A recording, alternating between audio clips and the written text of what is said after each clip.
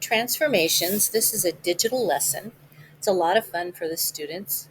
And it starts out with just some definitions. So the first one is the definition of transformation and its definition in mathematics. Slide 3 has definitions of all 4 transformations they're going to see in this lesson. Students can refer back to slide 3 if they need a review of what each of these means. So we're going to start with reflection. So you can do one or two with the students and then have them do one on their own, or just go over the definitions and let them see what they can figure out. So the first one, we're going to reflect across the y-axis. So it's going to be a mirror image, equal distance from the y-axis. The students are just going to click in one of the squares. They're going to scroll across until they have highlighted a rectangle shape. Going to come up here to the fill color feature, and then they can choose any color they like. And again, just keep highlighting squares that they want to fill in. And it needs to be a mirror image. So that's the first reflection. The next one is a T shape. This one again across the y-axis. So click and hold.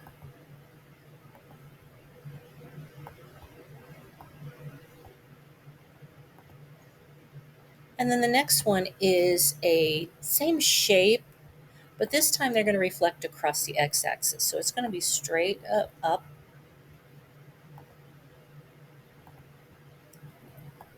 And it would look like this. Then they're going to move on to reflection across a line that's not an axis. So they're going to reflect across the line x equals 1.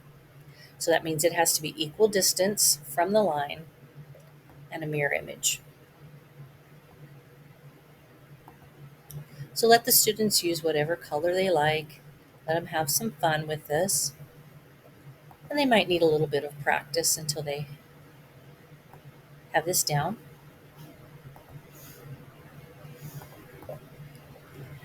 Then they're going to reflect across another line. This is the line y equals -1. So this they're going to be moving straight down, equal distance from that line. Then they're shown what to do if they're reflecting across a line and that figure's already partially crossed the line.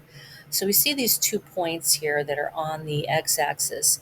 They act like a hinge, so you would just move this figure straight up, and this is what it would look like. So students are going to do that one on the next slide for a different figure. Then we're going to move on to translation. So translation is just moving a figure up, down, left, or right without changing its orientation. So students are going to have to count. So this one, if we translate 6 units to the right, they're going to have another square, and it's going to look like this.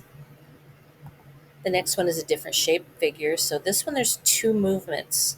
So they've got to be very careful and count. They're moving 4 units to the left and then 2 units down. So 1, 2, 3, 4, 1, 2.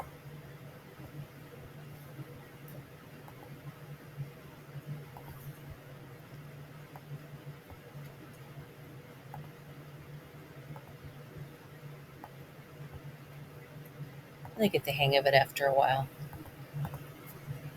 Okay, so 4 units to the left, 2 units down. And then they've got a couple more where they have to count a couple different shapes. Then we move on to rotation, and these are all rotation around the origin. So we're moving counterclockwise 90 degrees on this one. If we move counterclockwise 90 degrees, that would put us in quadrant 3. So we're going to use this formula, -yx, to create our new points. So our first point here would be -1, 2. Using this formula, we would now have -2, -1. So I'm going to use one of these points, just click and hold on the point, -2, -1. And then we have -1, 4, again using the formula, -4, -1. And then the last one, -3, 2, would now be -2, -3. And so we have now just rotated our figure. We're going to use these lines, just click and hold on the lines to finish our triangle. So we have rotated 90 degrees counterclockwise around the origin. They're going to be doing the same thing on the next one. This time they're going to move clockwise 90 degrees, which would again put us in quadrant 3 using this formula y negative x. And then they're going to rotate 180 degrees, which would put them in the opposite quadrant, over here, quadrant 4, using this formula. The final slide on rotation is going to have 3 different rotations. So it gives all 3 formulas. Students are going to have that same figure in quadrants 1, 3, and 4, showing a total rotation. And I have all of the teacher slides here so you can check. All right, so now that we move on to dilation. Dilation is changing the size of a shape. And the shape's going to be the same shape, just either larger or smaller. And we change it by what we call a scale factor. So here, if we dilate this figure by a scale factor of 2, that means each point here on this square is going to have its coordinates multiplied by 2. So if this is 1, 1, and we multiply both of those numbers by 2, we get 2, 2. To the right, 2, up 2. This point is negative 1, 1. We multiply both of those numbers by 2, we get negative 2, 2. And so we end up with this figure, same shape, just 2 times larger. And then they can just move these pieces into place to show the completed figure.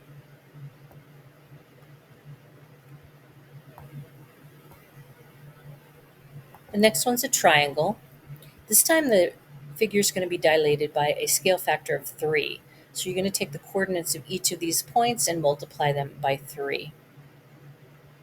Add the new points first, and then you can finish the triangle with those lines.